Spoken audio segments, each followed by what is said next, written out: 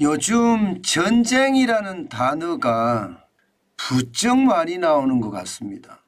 러시아와 우크라이나가 전쟁을 하고 있고 또 중동의 전쟁 자체가 확전 분위기가 좀 보이니까 더더욱 그런 것 같습니다.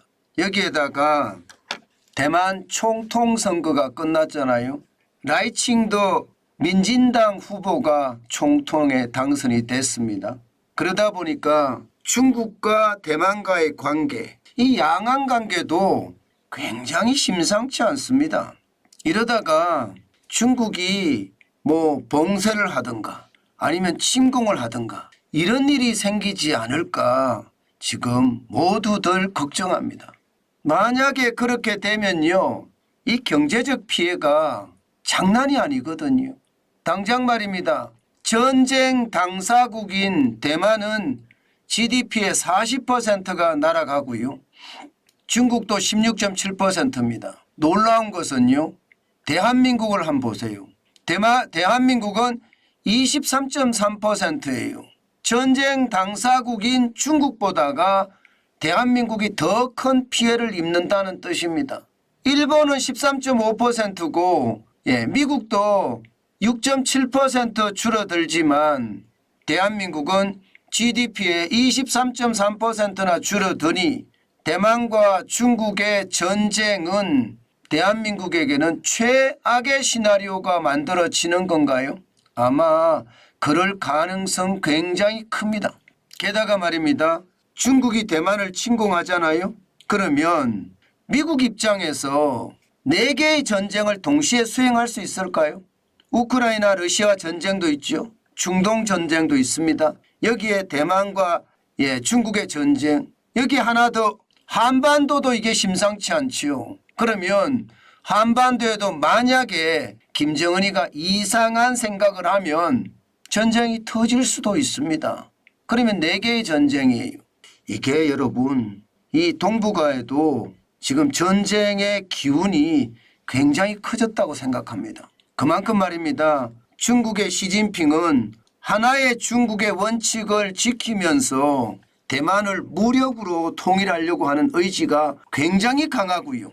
신임 대만의 총통 후보도 반중주의자거든요. 독립주의자거든요. 그러다 보니까 그 강도는 어느 때보다 커질 거다 이렇게 예상을 합니다. 게다가 김정은은요, 연일 말입니다. 말폭탄을 쏟아냅니다. 그러면서 미사일 공장도 방문을 하고요. 핵탄두에 대한 이야기도 꺼내가면서 북한 내부에 전쟁의 분위기를 자꾸 잡아갑니다. 심상치 않다고 말씀을 드리고 있습니다. 실질적으로 말입니다. 전쟁이 러시아 우크라이나 전쟁, 그리고 이스라엘 하마스 내지는 이스라엘 중동 전쟁, 여기에 대만과 중국의 전쟁, 그러면 김정은 입장에서는 미국이 4개 전쟁 다 커버 못한다. 결국은 김정은이가 김일성이처럼 못된 생각을 할 수도 있습니다. 그렇게 되면 동북아도 전쟁의 구렁텅이로 완전히 빠져들 겁니다. 그 어느 때보다 이 다부진 안보 정신을 가져야 됩니다. 경제도 굉장히 중요하지만 지금 돌아가는 정세가 참 나빠요. 그런 측면에서 보면 안보와 경제를 동시에 쥐는, 안보도 우선시해야 되는 이제 그런 시대가 오는 겁니다. 사실 그렇게 따지면 경제 안보가 중요하다는 뜻이 됩니다. 중국이 대만을 침공할 때 세계 경제도 GDP의 10.2%가 날아간다고 이야기했으니 경제도 중요하고요. 안보도 중요하고 그 어느 때보다 국민들 각자가 아주 강한 전투정신을 가지고 있어야 되겠다. 그 말씀 다시 한번 알립니다.